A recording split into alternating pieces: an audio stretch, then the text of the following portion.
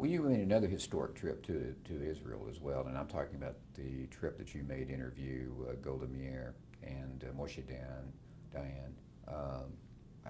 Let's talk about the significance of that interview for a minute. That was a very important interview.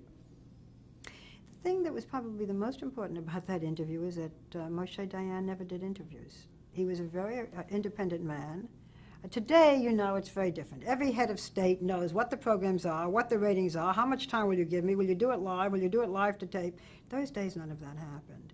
And it was the 25th anniversary of the State of Israel when I went over. I had interviewed Golda Meir many times. Remember that she was born in this country. She had a sister in Connecticut. She used to come into the Today Show studios with her sister who looked just like her. Her English, of course, was perfect because she'd been born here. So we had done a great many interviews with her. Moshe Dayan had never done an interview before. And he became, as it turns out, a very great friend.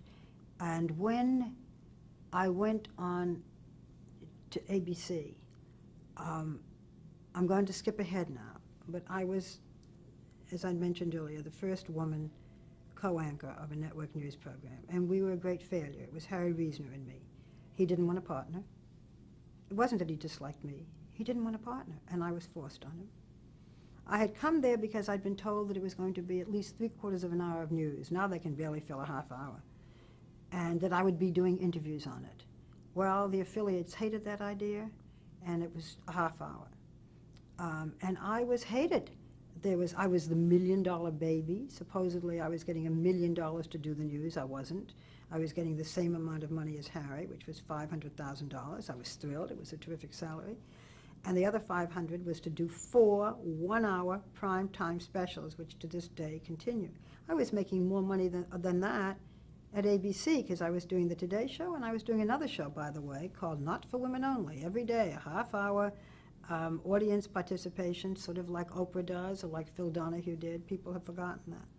But in any event, the very first night that I was on, I had Anwar Sadat on the first night and Golda Meir on the first night and Anwar Sadat the second night. And it was a Yom Kippur holiday. It was in October, I remember. And I wanted to do interviews with them. Now, it would be natural for Peter Jennings or Tom Brokaw or Dan Rather to do interviews. They do it all the time. Then it was way ahead of its time. And the news director switched it and put Anwar Sadat on the first night. And so Golda Meir we played on a night that was a holiday. And she never forgave us. And she was probably right. And I remember the Anwar Sadat interview. He said, "You are making $1 million, Barbara." This is live television. And I said, "But you have all those houses." In any event, doing that show, and the show failed. ABC, first of all, was third in news. We didn't have much of a chance. They didn't spend much money. And the animosity began to show. I became the underdog. It was the worst time professionally of my life. I was drowning and there was no life preserver. And finally, Hugh Knowledge came in, the great innovator at ABC News. And Harry Reasoner went back to 60 Minutes. And Peter Jennings was put on from Europe, from London, and we had 3 different anchors. And I began then to work my way back, and it was probably the best thing that happened to me. And that is when I did the major interviews probably of my life. An unbelievable time with Fidel Castro, where he took us across the Bay of Pigs, the first Americans to have crossed the Bay of Pigs since the